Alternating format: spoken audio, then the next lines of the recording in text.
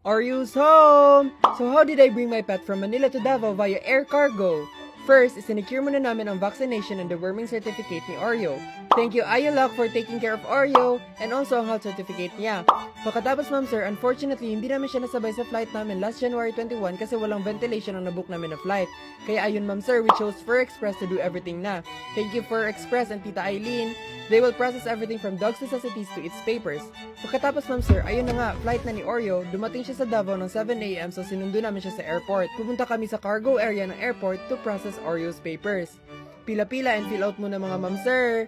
Pagkatapos, pumunta ng quarantine facility para i-quarantine muna si Oreo, then processing of papers na naman. And then yun na, nakuha na namin si Oreo! Ayun, as usual, malikot pa rin kahit 1 week kami hindi nagkita. And masiba. Pagkatapos, ayun, tulog na naman. After almost 6 hours of travel from Manila to Digos, Oreo's finally home! Yun lang ma'am sir, buyers!